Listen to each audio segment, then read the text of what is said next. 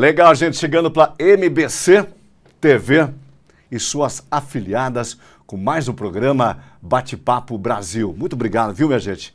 Muito obrigado aí mais uma vez pela companhia. E aqui no estúdio eu converso com a Lara. Lara Leal. Que nome bonito, hein, Lara? Obrigada. Nome de artista, hein, Lara? A Lara Leal é de Janaúba. De Janaúba para o mundo, hein? Janaúba, Minas Gerais. Minas Gerais. Isso. Cidade grande, cidade pequena? É uma cidade com 80 mil habitantes e em desenvolvimento. Em desenvolvimento. Você está há quanto tempo morando em Curitiba? Tem 1 ano e 3 meses nessa cidade. Maravilhosa. Maravilhosa, né?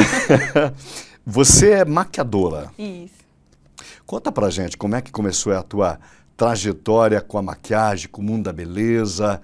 Eu pergunto, claro, toda mulher, toda moça é vaidosa. Como é que isso despertou em você a tal ponto que virou uma profissão? A minha história ela vai contra essa verdade que você falou, porque quando você vê uma maquiadora entrando no mercado, é esse pensamento mesmo que vem na cabeça, né? Uma moça vaidosa, que gosta de se cuidar, e de se cuidar, gostou dessa área e hoje trabalha com essa área. Sim. E comigo não foi assim. Olha. Eu não tinha nenhuma vaidade, eu era uma criança. Eu tinha 15 anos quando eu comecei na maquiagem, e eu era uma criança, eu queria só brincar, os meus amigos eram muito homens, então eu vivia de cabelo preso, eu tinha um bigode, uma sobrancelha, e não tava nem aí. O pessoal fazia bullying comigo, e eu tava nem aí. Usava bermudão, tênis. Você era uma típica garota do interior. Eu era um meninão, na verdade. Eu era um molecão. Que legal. E eu tive que trabalhar muito cedo. Então eu comecei a trabalhar numa perfumaria. E lá na sua cidade? Lá na minha cidade. Uhum. E a perfumaria exigiu de mim uma mudança. Olha só. E aí eu tive que soltar o cabelo, eu tive que usar o uniforme que já era feminino. Aí pediram para eu fazer sobrancelha, tirar o buço. Eu lembro que eu virei para minha mãe e falei assim: mãe, eu preciso tirar o buço. E ela, eu preciso fazer o buço. Você perguntou para sua mãe? Eu recebi essa orientação e eu cheguei para minha mãe, né? E perguntou? Falei, não. Você falou para ela? Eu falei assim, mãe, olha, foi pedido para que eu tire o cabelo do buço. E ela, mas você tem cabelo no peito? Aí, não, mãe, é meu bigode, eu tenho que tirar, pediram para eu tirar o bigode. Que coisa. E assim, eu não era vaidosa, nem pensava nessas coisas. Aí a perfumaria exigiu isso de mim. E a empresa chamada Laco di Fiori, sim, conhecida a marca, claro, lançou uma promoção que a cada R$50 em compras, a cliente ganharia R$50 em compras de produto de maquiagem. A cliente ganharia uma automaquiagem. E aí eu fui chamada para dar automaquiagem para essas clientes. E fui ensinada. E aí eu fui trabalhar com a maquiagem obrigada mesmo. Você se descobriu num universo da beleza. E aí, quando eu comecei a ensinar a maquiagem para as mulheres, e eu vi aquele brilho no olhar delas, aí mudou. Então, assim, não foi nem porque eu era vaidosa, não. Foi porque eu gostei de ver a magia da maquiagem. E essa magia me acompanha sempre. Que bacana isso, hein? Foi diferente, né? Normalmente a pessoa vai se maquiando, vai gostando. Vem cá, você chegou a fazer algum curso na área de maquiagem? Fiz esse curso da Laco di Fiori, né? Depois eu fiz um curso na minha cidade com um ateliê bem renomado lá, que chama DNA Formosa. E depois eu fiz um outro curso também em Montes Claros, que é com a Dani Make. E de lá pra cá, eu não parei de fazer cursos. Que bacana. Eu sempre faço cursos. Lara, você tem muitos seguidores nas redes sociais. Isso. Como é que é o nome lá no teu Instagram? É Lara Leal D Mudo. João, coloca lá pra gente, por favor. Lara Leal? D. Lara Leal? Letra D. Letra D, mudo, tudo junto? Tudo junto. E depois? Lara Leal D. É isso? Arroba, né? E aí, como é que você começou a jogar o teu trabalho, a se posicionar nas redes sociais? Eu sou mãe e eu tenho um filho de 7 anos de idade. Uhum. E desde quando... E eu sou solteira. E eu moro com ele sozinha desde os 3 meses de vida dele. Uau! Então, tinha que trabalhar, cuidar da casa. Eu lembro que eu dormia É. por um ano, assim. Eu dormia 1h da manhã, dando faxina na casa, Olha porque ele só. começou a engatinhar. Você é uma pessoa bastante jovem. Você falou que seu menino tem 7. 7 anos. Então você foi uma mãe muito mocinha ainda. Quantos anos você acha que eu tenho? Não vou, não vou nem tentar cometer isso. Mas a sua aparência, assim, o teu espírito, o teu sorriso, me apresenta de uma pessoa bastante jovem. Quantos anos? Puxa vida, Brasil, o que que eu faço? Me ajudem. Meu caro diretor. João, quantos anos você acha que essa moça aqui tem, João? 23? 22? Chutaram isso aí aqui no ponto. Quase 30. Faço 30 daqui 4 meses. Puxa vida, então o tempo lhe faz muito bem. Obrigada. Que bom, né? E aí, era uma demanda muito grande ficar atendendo o cliente. É. E aí eu comecei a desenvolver possibilidades de que eu pudesse ter uma vida mais leve enquanto cuidava do meu filho. E aí eu fui para as redes sociais. Ok. E lá no início, quando você lançou lá a tua página, não sei se foi no Instagram por primeiro, Foi. o que você começou as primeiras 2014. postagens ali? Foi a minha maternidade. Olha só. Eu tinha muita timidez de falar nas redes sociais, muita. E eu não sabia nem o que falar, porque eu não falava para ninguém, eu falava para um celular. Aham, E eu sou muito comunicativa. aham. Mas eu olhava para o celular e falava, o que que esse celular quer que eu fale com ele? Eu não sei o que que ele quer saber. Então, como eu morava sozinha, as pessoas queriam muito também saber como que estava meu filho, como que eu estava. Aham. O dia a dia de uma jovem mãe. Mas eu falo mais da minha família, né? A minha família queria saber como que tá Gabriel, como que tá Lara. E eu comecei a postar conteúdo. Como O seu que filho Gabriel você tá? criou lá Lá. em Janaúba. Janaúba. Um abraço aí para os meus amigos de Janaúba que estão nos assistindo. Foi lá. Que a gente ficou lá até os 6 anos de vida dele e a gente veio pra cá. E agora ele veio junto com você para cá. Veio comigo pra cá. E aí eu fui postando e as pessoas gostavam da forma que eu cuidava dele. Uhum. A forma que eu fazia a comida dele, a forma que eu incentivava ele a comer e tudo. E aí eu falei assim, eu acho que agora eu acho que eu tenho mais coragem de falar Houve do uma meu trabalho. química com o Isso, aí pessoal. começou a ter um contato, né? Bom isso, hein? Aí eu falei assim, eu acho que agora eu consigo falar do meu trabalho e Aham. começar a vender.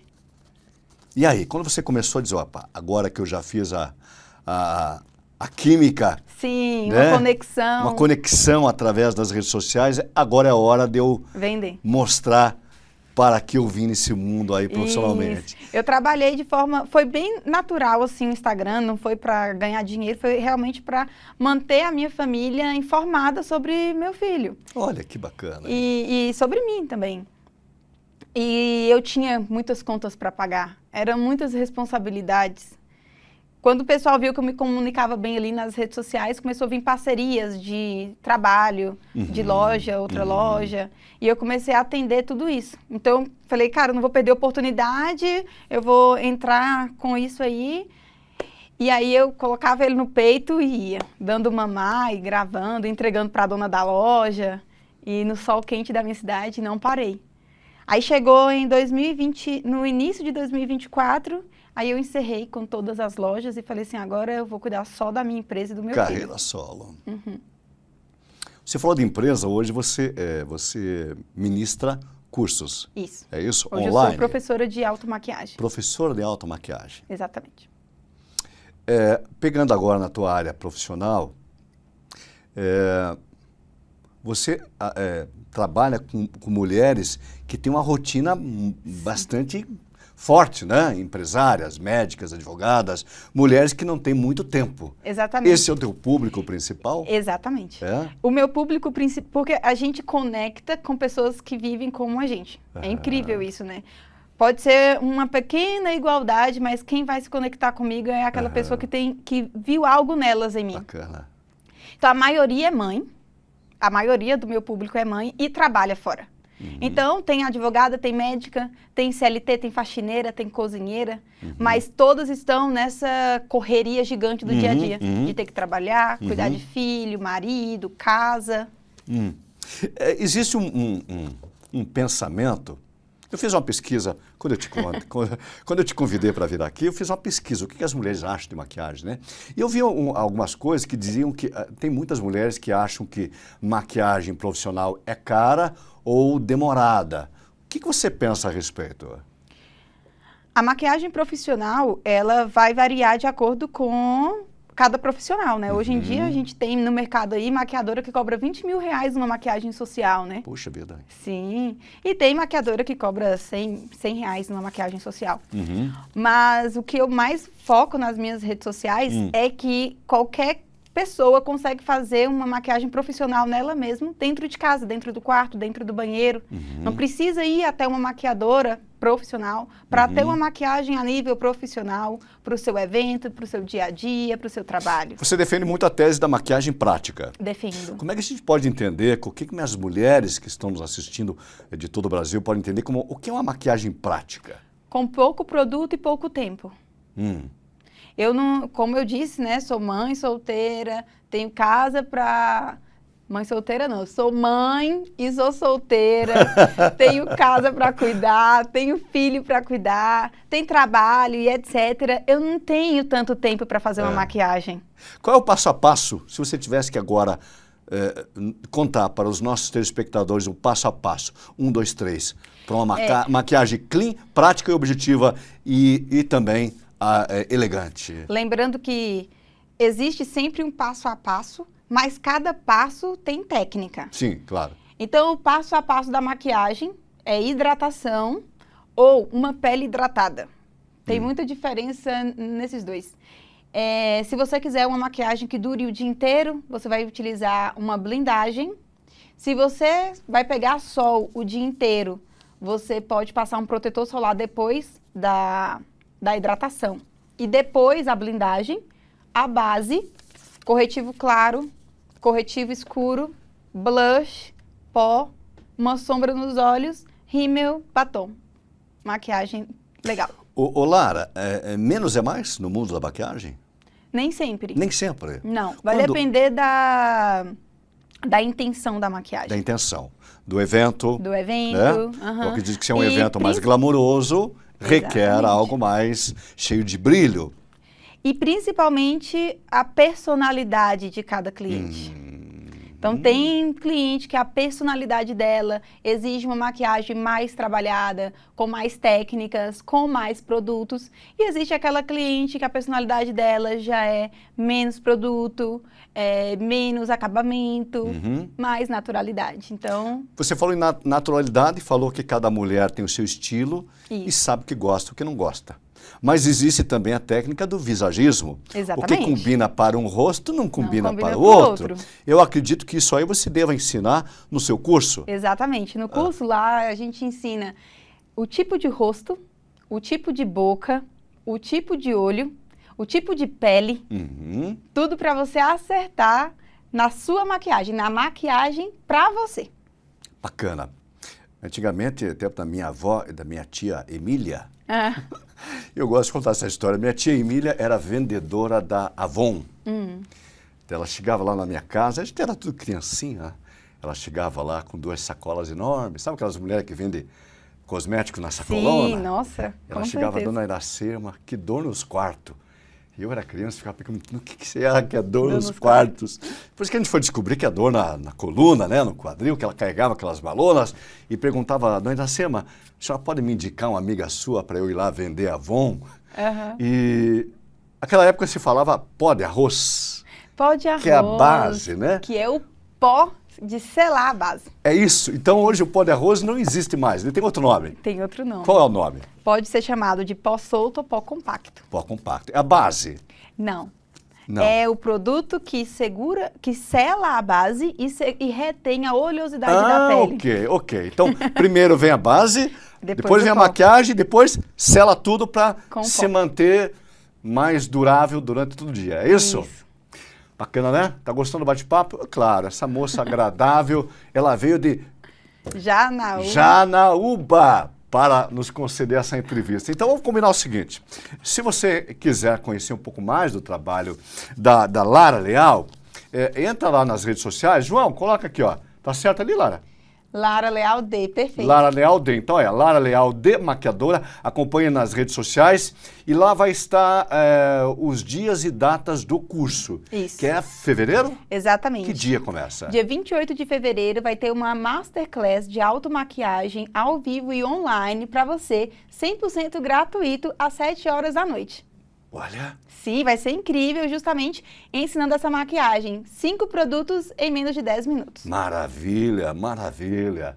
Então tá aí dado o recado. Volte mais vezes. Ai, eu vou fazer um obrigada. desafio para você. Ixi. Vamos fazer uma maquiagem ao vivo aqui no estúdio. Olha que tudo! Tipo, transformação. Porque a gente sabe que a Perfeito. maquiagem é capaz de transformar uma E aí mulher. a gente faz a cronometração da maquiagem. Show de bola. Cronometra aí. Muito obrigado, viu? Eu que agradeço, Volte mais Mário. vezes. Vou chamar um breve intervalo, já voltamos em 1 minuto. Não sai daí. Melhor só existe uma. E a melhor EAD do Brasil é a Uninter. Há quase 30 anos, investimos como ninguém em educação à distância. Com laboratórios reais para aulas práticas de verdade. E uma inovadora plataforma digital para interação direta dos professores com os alunos.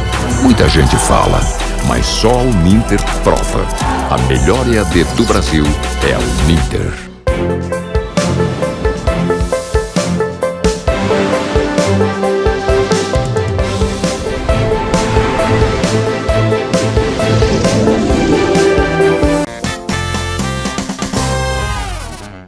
Legal, gente, estamos de volta. Eu converso agora com a doutora Vitória Salgueiro, advogada, e ela vai nos falar sobre cidadania italiana. É isso, doutora? Exatamente, Mário. Muito obrigada, é um prazer estar aqui. O assunto de hoje é realmente cidadania italiana, tudo o que mudou, quais as alterações, como que isso afeta você que tem o sonho de ter o passaporte italiano. E trazer também soluções, né? Soluções. Soluções. Queremos soluções, doutora. Exatamente, a mídia, né, sempre trazendo. Doutora, falando em soluções, teve uma mudança na lei italiana, eu acredito que no dia 28 de março do ano passado. Isso mesmo. No que impactou essas mudanças na lei italiana? Basicamente, em linhas bem gerais, essa lei vem trazer uma limitação de gerações para a cidadania italiana. Como é que funciona agora? Eles decidiram de uma hora para outra, e foi realmente repentino, que apenas filhos e netos daquele italiano original, aquele que veio lá da Itália, somente esses podiam pedir agora o seu passaporte, a sua cidadania. Então isso acaba limitando mesmo o direito dos netos, dos bisnetos, dos trinetos, que são a maioria dos descendentes que a gente tem, que são interessados hoje em reconhecer a cidadania. E nós temos o Brasil aqui uma colônia O sul do Brasil, fundado por imigrantes, exatamente. Basicamente. Aqui na nossa cidade de Curitiba, se você for lá no campanário da igreja lá em Santa Felicidade, a doutora deve conhecer, sim. Você vai lá no campanário, tem uma placa de bronze assim no campanário, com muitas famílias que vieram da Europa e ajudaram a construir Santa Felicidade e a nossa cidade. Sem dúvida. Eu imagino então para o resto do sul do Brasil. Sim, nós fomos fundados realmente por imigrantes, né? Então, toda essa carga histórica, toda essa herança mesmo, vem com eles. E uma das coisas que nos deixaram, além da cultura, das construções, é realmente essa possibilidade. Eles vieram para cá no movimento de buscar novas oportunidades, uma vida melhor. E hoje, com um passaporte europeu, você pode imigrar para a Europa, para os Estados Unidos, enviar um filho para estudar numa universidade internacional, assim como eu fiz, que também tenho o passaporte europeu e consegui me formar na Universidade de Coimbra. Olha que bacana. Doutora, então, essa lei já está em vigor? Já está em vigor. E isso aí impactou ou vai impactar para brasileiros que estavam na fila buscando a cidadania, ou aqueles que já entraram com protocolo, com pedido? O que muda, se é que houve alguma mudança para essas pessoas? Afeta, sim, principalmente quem estava na fila do consulado. Porque como que funciona? Quem mora no Brasil tem uma questão ali do direito que a gente chama de competência, que é aonde eu vou protocolar o meu processo, aonde eu apresento esses documentos. Quem mora no Brasil teria por obrigação que apresentar essa documentação em consulado. Só que, como somos muitos, né, justamente o sul do Brasil aqui são muitos descendentes, essas filas, elas acabavam perdurando por anos, ali 10, 12 anos, para que você tivesse a oportunidade de apresentar o seu processo. Então, muitas pessoas que estavam ainda nessa fila, que não tiveram oportunidade de dar entrada no pedido, tiveram o direito boicotado realmente por essa lei, por essa quebra nas gerações ali, essa limitação. Mesmo quem já tinha protocolado? Quem protocolou o processo, não. Esses não são afetados. A gente tem o princípio da segurança jurídica, então essa lei ela não retroage para quem já apresentou a sua documentação. Mas aqueles que estavam na fila, esses sim são afetados. Mas eu tenho uma solução ainda para esse tipo de processo, que é justamente a via judicial na Itália. No judiciário italiano, a gente tem a possibilidade ali de argumentar, pleitear pela inconstitucionalidade dessa lei e pelo direito adquirido. Porque a cidadania italiana é uma coisa que vem pelo nascimento. O processo não é para criar uma coisa nova. Você que é descendente de italiano, você já tem esse direito por nascimento. O processo ele é meramente para que a Itália reconheça esse direito e te confira a qualidade de cidadão. Então, via de regra, existe o processo administrativo, que qualquer um pode ir lá e pleitear a cidadania. Caso contrário, parte para a esfera judicial. Exatamente. E essa esfera judicial não é uma criação minha, não é uma criação nova. Ela já existe, nós já temos ali diversos casos julgados, que no direito a gente chama de jurisprudência, sempre favorável no sentido de conceder a cidadania.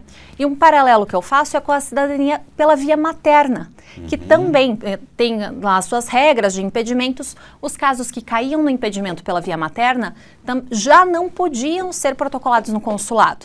Então, para esses, acabou surgindo ali a via judicial. Então, nós conseguimos, apesar do que a letra da lei diz, aplicar ali princípios de direito, princípios constitucionais e garantir a confirmação da cidadania. Doutora Vitória, essa lei, eu vi aqui que tem uma lei, ou não sei se é um pedido, é um projeto de lei, que ele exige laços afetivos com a terra pátria, com a Itália?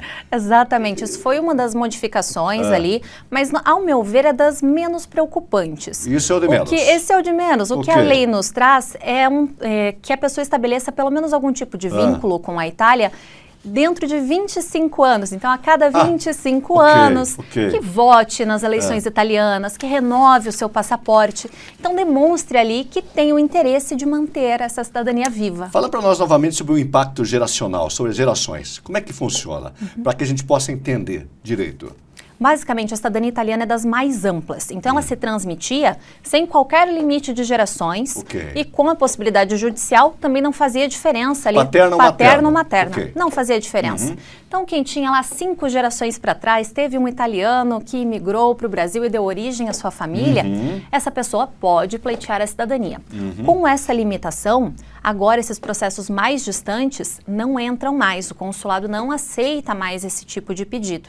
Por isso que a única alternativa para esses descendentes mais distantes seria, de fato, a via judicial. Via judicial. Pelo teu conhecimento, para quem pleiteia a cidadania italiana, quais são os principais erros cometidos que poderiam ser evitados? Eu costumo falar que o principal erro é demorar muito para começar. Ah, é? Com certeza. O tempo aí... Porque o tempo, ele não é nosso amigo nesse caso. O processo de cidadania, ele é por si só muito demorado. Então, se a pessoa já demora muito, podem vir alterações como essa e barrar ali, às vezes tinha um planejamento, estava na fila consular e acaba tendo ali a sua expectativa frustrada nesse sentido. E tem que fazer, então, um outro tipo de planejamento. Agora, as pessoas se preocupam muito com aqueles erros nos documentos, Bonato com 2 T's, Bonatti com 1 T, essas pequenas variações. E eu posso dizer que isso é o de menos. A maior preocupação que nós temos que ter é realmente com o planejamento, com relação às etapas daquele processo. Muitas pessoas me procuram já precisando do passaporte italiano. Então, chegam para mim, doutora, eu tenho, vou mandar meu filho para um intercâmbio, ele já vai ano que vem, então eu gostaria de iniciar o processo para obtenção do passaporte. E não é bem assim que funciona. Ele requer tempo. Requer tempo. Um processo desses, ele leva de 3 a 4 anos em média. Porque, além da etapa de documentos, que todo mundo já conhece, nós teremos também etapa judicial, e que é muito divulgado ali, que demora cerca de um ano a um ano e meio para sua conclusão, mas o processo não acaba na sentença. Com a sentença, confirmando a cidadania, ninguém consegue emitir um passaporte. Nós temos ainda etapas de registro civil na Itália e do registro consular aqui no Brasil. E isso não se fala nos blogs de cidadania, mas são prazos com os quais a gente precisa contar também. Se simplifica muito nos blogs, mas na prática Exatamente. Existe o passo a passo que não tem como que não pular. tem como pular, não tem como burlar. Então não é tão rápida a obtenção do passaporte, por mais que a documentação esteja toda correta, porque a parte de documentação também tem a sua demora, depende da realidade de cada caso. O que é a cidadania italiana? A lei italiana fala sobre a questão dos filhos menores de 18 anos. Essa também foi uma mudança importante, Mário, que nós tivemos, porque os filhos menores, eles eram sempre contemplados ali com a cidadania Automaticamente. de forma automática. Assim que finalizava o processo do pai italiano, a gente conseguia inscrever o filho menor de 18 anos direto no registro consular do pai, que se chama AIRI. Okay. Muito conhecido pelos descendentes também. Hoje em dia, como que ficou? Eles consideram que essa transmissão já não é mais automática. Então, se eu consigo, por exemplo, a cidadania italiana, isso não significa que os meus filhos automaticamente também vão gozar desse direito? Nesse momento, imediatamente, não. Nós temos aqui algumas ressalvas, tá? Tem um prazo para inscrição. Como essa lei, essa alteração é muito recente, eles estabeleceram um prazo até o final de maio desse ano. Então, até 31 de maio de 2026, é possível inscrever os filhos menores para quem já tem a cidadania.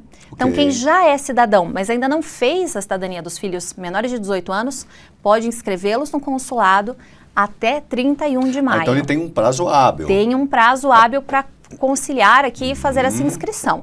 Então, quem está nessa situação, eu sugiro que corra, verifique o seu AIRI, se está todo atualizado, e faça a inscrição dos filhos menores.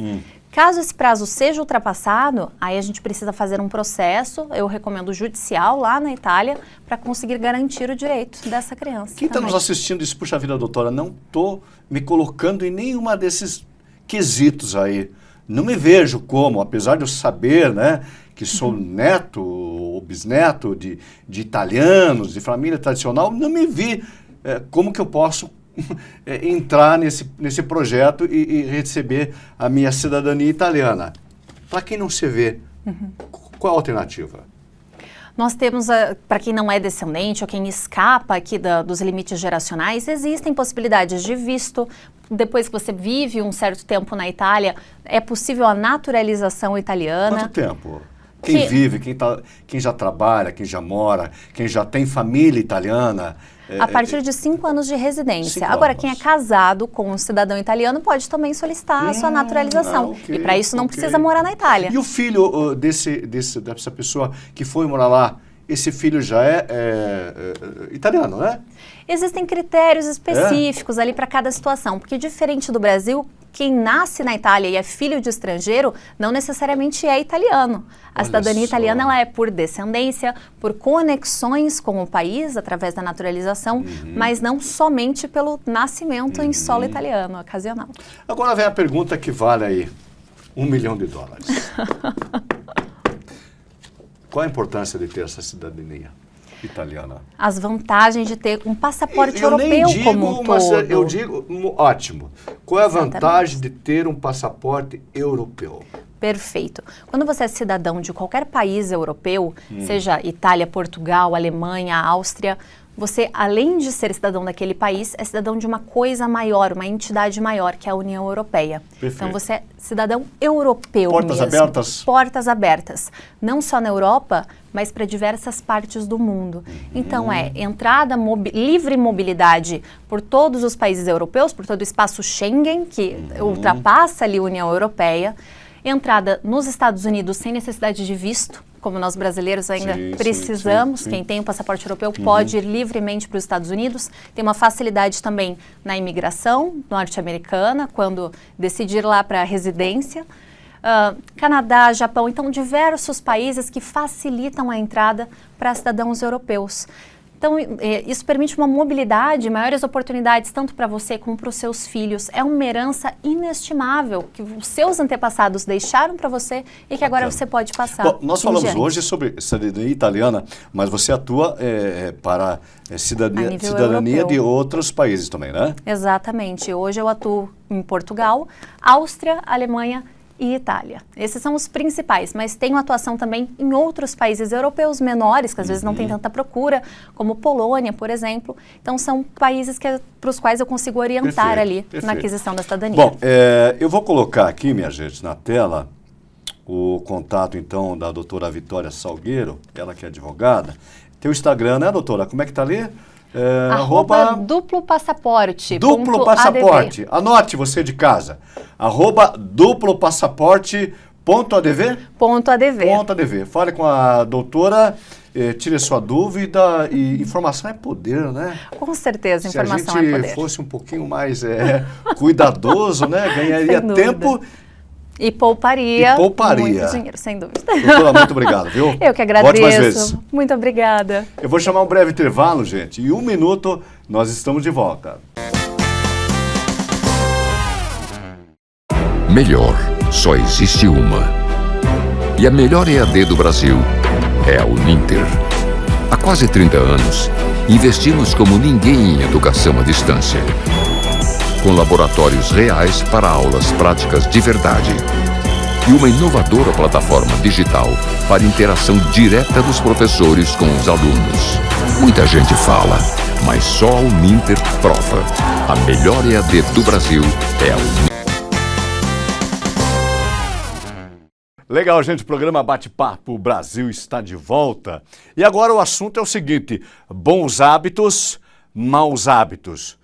Como acabar com os maus hábitos e adquirir bons hábitos? Esse é o tema da entrevista que nós fizemos com o professor Ricardo Bayer Peterson. Acompanhe comigo na tela. Bate-papo agora com o professor Ricardo Bayer Peterson. O professor Ricardo é terapeuta, já há muitos anos, muitas horas de consultório atendendo seus pacientes. E ele utiliza como uma das ferramentas de diagnóstico e tratamento a hipnose clínica. E nós estamos trazendo aqui hoje um assunto que é o hábito. Então, professor Ricardo, primeiramente, obrigado por nos receber, mas eu peço que você comece a falar para a gente sobre os maus hábitos. Ok. Bom, primeiro que a gente sempre desenvolve hábito. Né? O tempo todo a gente está vivendo o hábito, né? Hábito é aquilo que a gente faz naturalmente, meio que sem pensar, é aquilo que flui. Eu estou vestido com aquilo no meu dia a dia. E, infelizmente, a gente cria muitos hábitos que não são tão saudáveis, né? Hábitos que são mais observáveis, como, por exemplo, uma pessoa que tem o hábito de fumar, né? Então isso é um hábito que a gente já sabe, todo mundo sabe que fumar não é um bom hábito, prejudicial à saúde do corpo, prejudicial à saúde mental, prejudicial ao bolso, né? Então não é um bom hábito, né? Ou o hábito de acordar tarde, se atrasar para o trabalho, né? Se atrasar para os compromissos, isso também muitas vezes acaba sendo um hábito, né? A pessoa nem sabe por que ela se atrasa o tempo todo, mas é um hábito, é constante para ela, é natural, parece que não funciona, não flui de outro jeito, só flui atrasando, né? Ou o hábito de não almoçar, né? É um hábito ruim, a pessoa, eu me acostumei a só comer um lanche durante o dia, então também é um hábito negativo. Ou o hábito de ir dormir tarde, né? Dormir muito tarde, ou hábitos como dormir com a televisão ligada ou ter que olhar o celular antes de dormir, né? Então, perceba que a gente tem no nosso dia a dia muitas coisas que a gente faz muitas vezes sem nem perceber que estamos fazendo. Isso é hábito, né? Isso é aquilo que se faz de certa forma natural. Então, temos hábitos que são muito negativos e hábitos que são muito positivos, né? Então, outro hábito negativo é, de repente, o hábito de numa conversa, às vezes com um amigo, parece que eu não consigo escutar o meu amigo, parece que eu tenho que sempre estar o tempo todo falando, nem dou a chance para o outro escutar.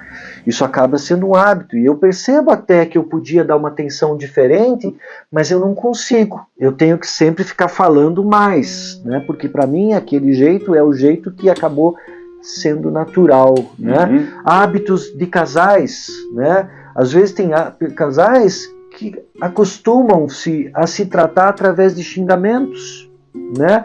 Virou hábito naquele casal, né? Se tratam através da agressividade, né? Da agressividade na voz, né? E algo que já fica comum. Aquilo já virou costume, já virou hábito, só que é um hábito negativo, né? E aí a gente fala para a pessoa, olha, poxa vida, né?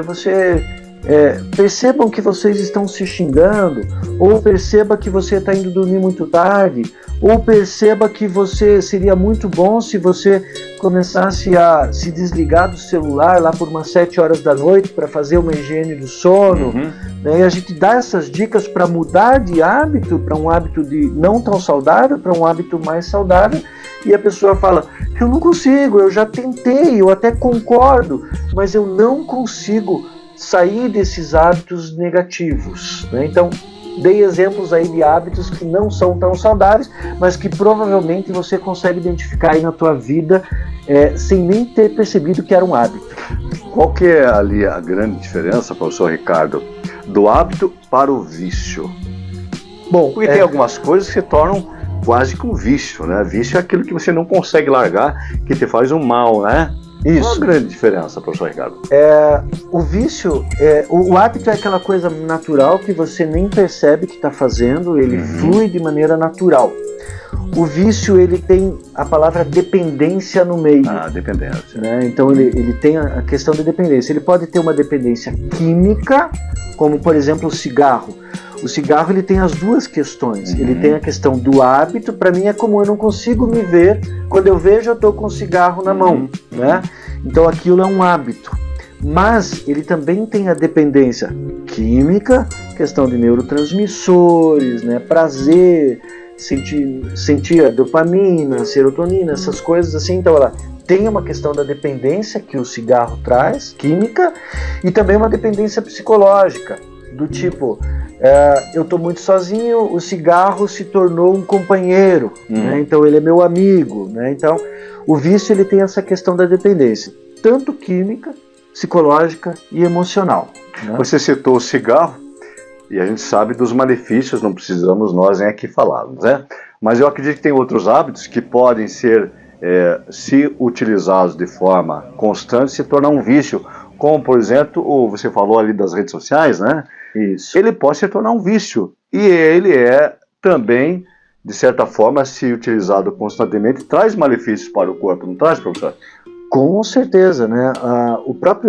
A rede social ali, esses aplicativos de redes sociais, eles são desenvolvidos e eles funcionam de uma maneira que também gere todo um processo elétrico-químico no nosso organismo, e esse processo de recompensa e prazer, né? Sempre eu faço um processo e tenho um prazer, eu faço um processo e tenho um prazer, e aí eu fico buscando cada vez mais aquele prazer, e aí vira o vício, e aí vira a dependência. Então isso acontece nesses aplicativos de redes sociais.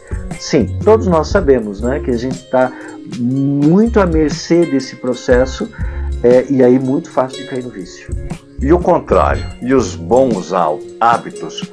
Como que o ser humano, como que nós conseguimos incutir no nosso dia a dia bons hábitos? E o que seriam esses bons hábitos? Bom, bons hábitos são aqueles que são, de certa forma, muito simples e todos nós sabemos, né? Então, desde acordar cedo, né, acordar num horário correto ali de manhã, né, não estender até 10 horas da manhã, tomar café de manhã, aquelas questões com o organismo, no sentido de um hábito com o próprio organismo, né? Exercício físico, né? Ter momentos de leitura, ter momentos de conversar com amigos, né? Ter uma rotina diária, ter os compromissos descritos e escritos, né? Eu tenho que ter compromissos do meu dia a dia, tanto com o meu trabalho, quanto com o meu corpo, quanto com as pessoas com quem eu convivo. Ter hábitos de funcionalidade do tipo cuidar da casa, manter a casa em ordem, manter a casa organizada, ter hábitos de respeitar os tempos das coisas, né? De respeitar os limites, tanto do corpo, quanto da sociedade, quanto do trabalho. Então, eu preciso fazer essas coisas mais naturais, né? Mais que todos nós sabemos que precisam ser feitas. O grande problema, eu acho que a grande questão minha, das pessoas que estão nos assistindo, não é, de certa forma, saber quais são os bons hábitos, mas é conseguir colocar os bons hábitos em prática. E olha só, Mari, quantas vezes você, eu também, já falou na cabeça, não, mas a partir de amanhã eu vou fazer diferente com a alimentação, vou fazer diferente com os meus horários, vou fazer diferente com os meus relacionamentos, vou fazer diferente com os meus vícios, a partir de amanhã eu vou fazer diferente. Vou mudar. Vou mudar. Então, as pessoas sabem o que tem que ser feito. Porque Pior, né? Pior. Então, os bons hábitos todo mundo já sabe. O problema é que elas pensam, ou nós pensamos, que a gente consegue fazer a mudança de um hábito através de uma decisão. Então, a gente não consegue, nós não conseguimos desenvolver um hábito ou mudar um hábito negativo para um hábito saudável simplesmente através de um checkmate do tipo, não, eu decidi. A partir de hoje... Exatamente. Então não basta só essa decisão, professor Ricardo? Não basta só essa decisão. Perceba que, muitas vezes... Essas decisões, só para fazer uma ponte, essas decisões, nós falamos até já no estúdio, na televisão, são aquelas promessas de final de ano, né? Ou início de ano. E que às vezes o ano segue e a pessoa não pôs em prática. Por que essa dificuldade? E também não só final de ano, mas às vezes quando você está com um problema enorme que estoura, né? E tipo assim, puxa vida, por causa do meu hábito de chegar atrasado no trabalho, eu perdi o emprego. Não vou fazer mais. E aí eu falo, nunca mais vou chegar atrasado no trabalho. Mas eu consigo um outro emprego e chego atrasado. Ou seja, de novo. Não é só uma questão de decisão. Então, primeira coisa, você tem que saber disso para não ficar ingênuo, né? Não cria ingenuidade, não cria uma expectativa de alguém ingênuo, porque você não vai conseguir. Então, o que eu digo? A primeira coisa que você precisa é realmente saber qual hábito que você quer desenvolver. Então, eu quero criar esse hábito, de desenvolver o hábito de chegar no horário de maneira correta. E aí, eu crio urgências. Eu começo a criar urgências dentro daquele hábito. Eu falo assim, não, eu tenho que amanhã sim, não é a partir de agora, mas amanhã cedo eu tenho que acordar 5 horas, então por que eu tenho que acordar? Eu tenho que acordar por causa disso, por causa daquilo, por causa daquilo. Então eu desenvolvo urgências, né? Ou, por exemplo, eu não dá mais para eu continuar tendo o hábito de falar com a minha esposa de maneira ríspida, ou de maneira grossa ou agressiva. Então, não dá por quê? Porque realmente eu estou perdendo a minha esposa, então eu tenho que criar uma urgência dentro daquilo. Essa urgência tem que ser uma decisão minha num primeiro momento, e depois eu crio essa urgência com uma outra pessoa também. Então eu vou lá e eu falo com a outra pessoa, eu falo, a partir de hoje eu quero que isso aqui comece a mudar, então você vai ver em mim essa diferença, essa mudança. Então eu criei uma urgência comigo. Perfeito. E com a outra pessoa. E aí, claro que eu tenho que ter estratégias no meio desse caminho. Dentro daquilo que eu preciso mudar, eu preciso criar planos. Então eu vou fazer isso para que isso aconteça desse jeito, então eu crio mecanismos para que aconteça o que tem que acontecer de mudança. Só que os mecanismos não vão ser a grande motivação. A grande motivação vai ser a conquista que eu vou ter depois de fazer a mudança, depois de conseguir o hábito. Então eu tenho que me fortalecer, eu tenho que buscar a motivação na sensação do dever cumprido. Então, por exemplo, imagine que eu ou esse esposo que é agressivo com a sua esposa, ele coloca a urgência de que ele precisa parar com isso imediatamente. E ele combina isso com a esposa de que ele vai parar com isso imediatamente. Então essa é a urgência. E aí ele coloca métricas. Eu vou, amanhã eu vou, ao invés de não xingar, eu vou colocar palavras diferentes para nossas conversas. Vou aprender como é que é a comunicação não violenta. Vou buscar informações sobre isso. E aí imagine que durante o dia ele vai fazer isso e ele quer, à noite, ele quer sentir a sensação de dever cumprido. Ele quer dormir amanhã à noite feliz, porque ele passou um dia inteiro sem fazer isso. Aquela noite que ele vai dormir é o grande motivador dele. Ou seja, o lugar onde ele vai chegar é o motivador para a mudança de hábito. Nunca é o motivador a mudança de hábito. Perfeito. É o que você vai conquistar com essas mudanças, é isso, professor? Exatamente.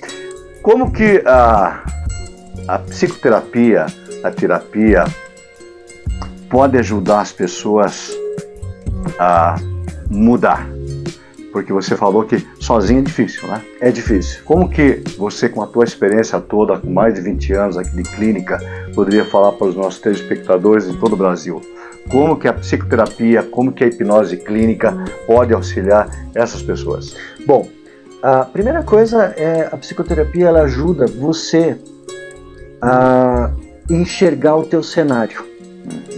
Enxergar exatamente com o que você está lidando. Porque quando você está dentro da situação e sofrendo ou vivenciando aqueles hábitos negativos, você não consegue enxergar exatamente a dimensão de tudo que você está vivendo, ou tudo que interfere em você, ou do que você está se defendendo com aqueles hábitos, ou a maneira como você desenvolveu aqueles hábitos. Então a terapia consegue ajudar você a enxergar esse cenário. Clareamente, clarear a visão. Exatamente. E aí quando você tem esse insight e consegue entender com o que você está lidando, a terapia, e aí tem muito tipo de terapia, tem várias linhas e ferramentas de terapia, ela consegue ajudar você a conseguir a desenhar estratégias não mais ingênuas, do tipo, só decidir que vou mudar. Então ela ajuda você a desenvolver estratégias, e não só ajuda você a desenvolver estratégias, mas ela consegue ajudar você a se fortalecer para colocar essas estratégias em prática. Perfeito. Bom, o professor Ricardo Bayer Peterson, ele atua aqui na cidade de Curitiba, através da sua empresa, que é a Hipnose Paraná, mas hoje, com esse advento da internet e pós-pandemia também, né, professor Sim. Ricardo? O tratamento, o atendimento online ficou muito comum, não é isso? A partir de 2020 ficou muito natural e se desenvolveu esse hábito. E é algo que, inclusive, muitos pacientes, já vi matéria, dizem que é algo interessante, né? É uma boa experiência porque dá uma certa liberdade, eu não sei a palavra certa, professor Ricardo. Olha, existem pessoas que conseguem se adaptar muito bem ao online, tem pessoas que também falam que não, mas para você saber se você se adaptaria ou não, é só você fazendo o teste. Professor. É bem isso. Um profissional psicoterapeuta é uma boa ferramenta para esse processo de desenvolvimento. Maravilha. Então aqui na tela, o tempo todo apareceu o QR Code aqui da clínica. Então eu sugiro que você aponte aí a câmera do seu celular aqui para o QR Code, você vai conversar e mandar a sua pergunta, tirar a sua dúvida e vai falar então aqui com o professor Ricardo Bayer Peterson, ele que é psicoterapeuta já há mais de 20 anos e está à frente aqui da clínica Hipnose Paraná. Muito bem, gente, chegamos ao final de mais um programa Bate-Papo Brasil. Agradecendo sempre a sua companhia, obrigado a todos e até o próximo programa. Tchau, tchau, gente.